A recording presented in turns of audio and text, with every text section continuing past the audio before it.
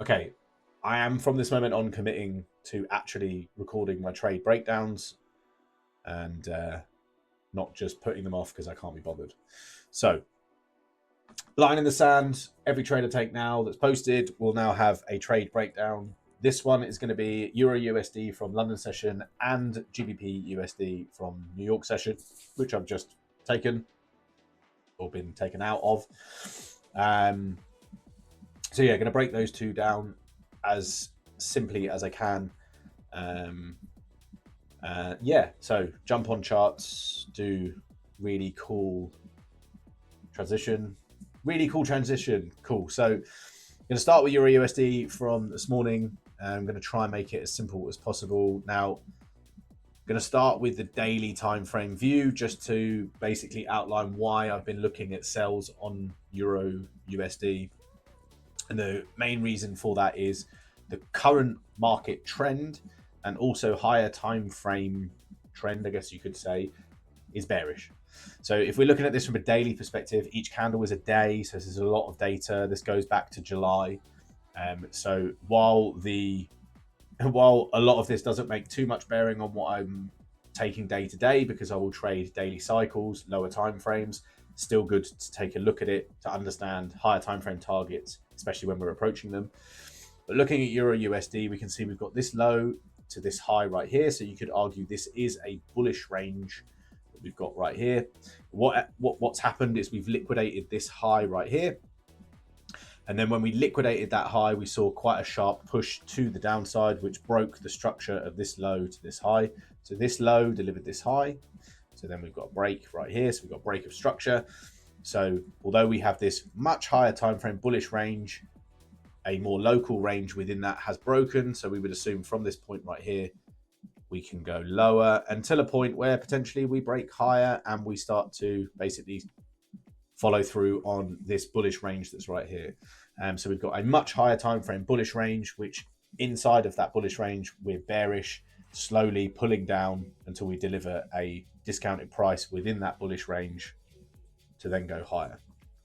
So after we swept that liquidity, we've then seen the creation of this high to this low, which then delivered a discount within that range of this high to this low. So we've got lower low, lower high, lower low. We've then put in this, what we now assume to be lower high, and we're assuming we're going to see a lower low form right here. And then that would mean that all of this internal liquidity is then gone. So we then could see price follow through with this higher time frame bullish range, and then we would see a switch in the directional bias and start to see higher highs and higher lows within that. So right now I'm looking at this higher low to continue or to follow through to make a lower low. So assuming that this liquidity and this liquidity from this low is going to be targeted. So for me right now, that's why I'm selling. We've got a lot of momentum with the daily candles being hella bearish. So yeah, that's why I'm confident looking at sells at the moment. If we want to take more local structure, so just the recent daily candles, you can see massive bearish momentum. There's no reason to assume that that bearish momentum is going to slow down. The hourly, massively bearish.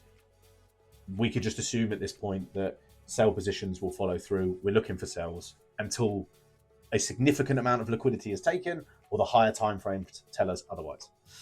So jumping onto the 5 minute where I took the trade this morning, you can see that Tokyo high got taken during the Frankfurt session.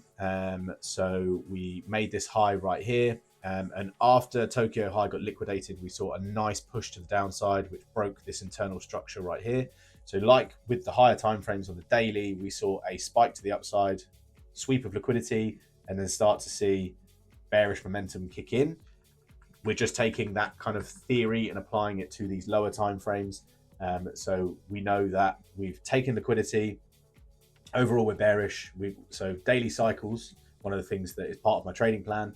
If we're looking for sells, we want to see Asia high taken, and then for Asia low to be the target next. So we want to see a sweep of liquidity to the upside, and then we want to see price continue down. Ideally, that sweep of liquidity to the upside would be Asia high, which has already been taken. So because Asia high had already been taken, what I'm then looking for is London to open and take some kind of liquidity or create some sort of valid supply so that I can then trade that. So yeah, Asia high was taken during Frankfurt. That's fine. Really nice push to the downside. That's fine. We had this minor supply created right here, which we did tap into just about. So it's a very, very, very minor supply, probably more obvious on a much lower time frame. Then we had this big old sell-off to the downside and a nice little pullback just before London opened. And then when London opened, or what I should say, is that just before London opened, we saw these wicks to the upside, which actually did liquidate this minor level of internal liquidity. So this little high right here got liquidated, and we saw, the market failed to push any higher after liquidating that high. And then we saw the creation of this really nice bearish pin candle right here, which would have been an entry signal for me trading price action. But unfortunately, London hadn't opened yet. So waiting for London to open before I enter into the market. So what I essentially did is when London opened, I wanted to see price potentially come up a bit higher, because as you can see, when we had this push down before London opened, what my aim was is to try and get an entry as close to the close of this candle right here to basically trade that candle. So when London opened, sure enough, we got a nice spike to the upside, and then I took the sell entry when we were just around where that candle kind of closed, opened, and popped my stop above that level right there.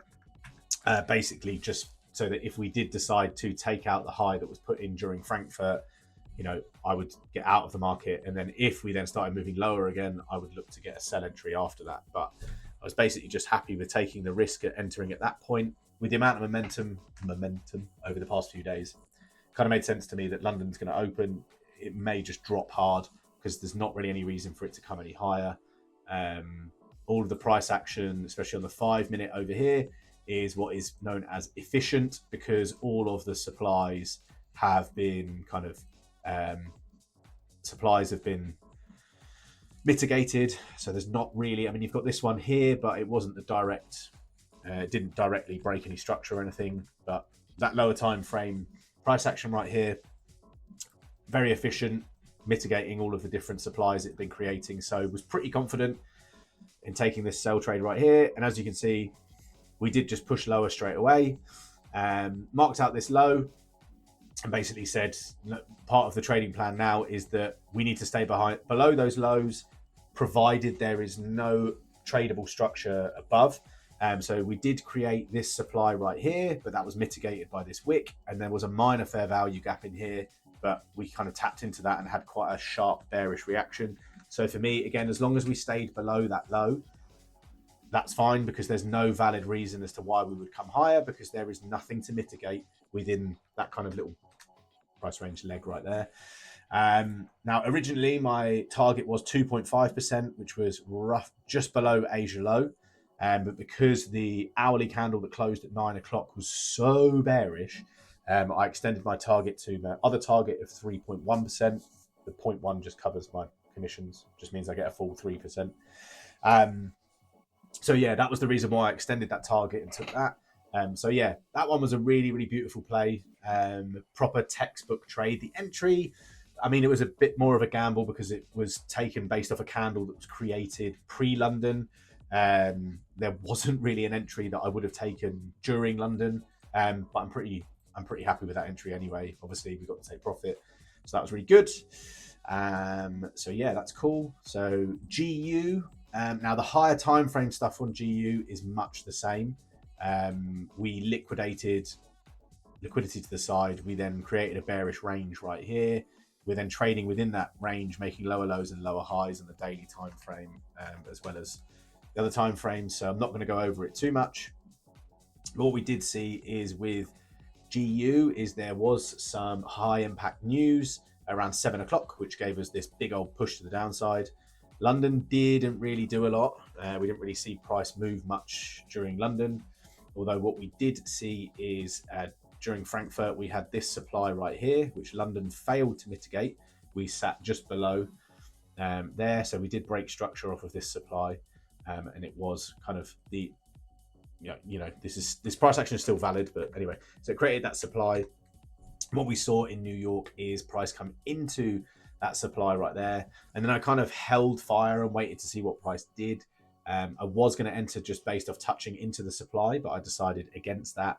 I waited to see what happened, and then we had this really nice bearish engulfing candle. And based off of price action, I entered off that. If I had entered off of the supply itself, I would have put my stop above, just kind of like this. My stop up here, but because I was basing it off of price action, I was comfortable with entering just basically off of that engulfing candle. And I know that directly contradicts what I just did on EU, but with EU, there was Frankfurt high just above where I was entering, because London high was right here, just below this supply. I was pretty happy that there wasn't much reason for us to go higher. London high is a pretty strong level of liquidity that I use almost every day with the daily cycles trading. I'll do a video on daily cycles to put out for fun. Why not? So yeah, we tapped into their nice strong bearish reaction. We had a massive push to the downside. Was wicked.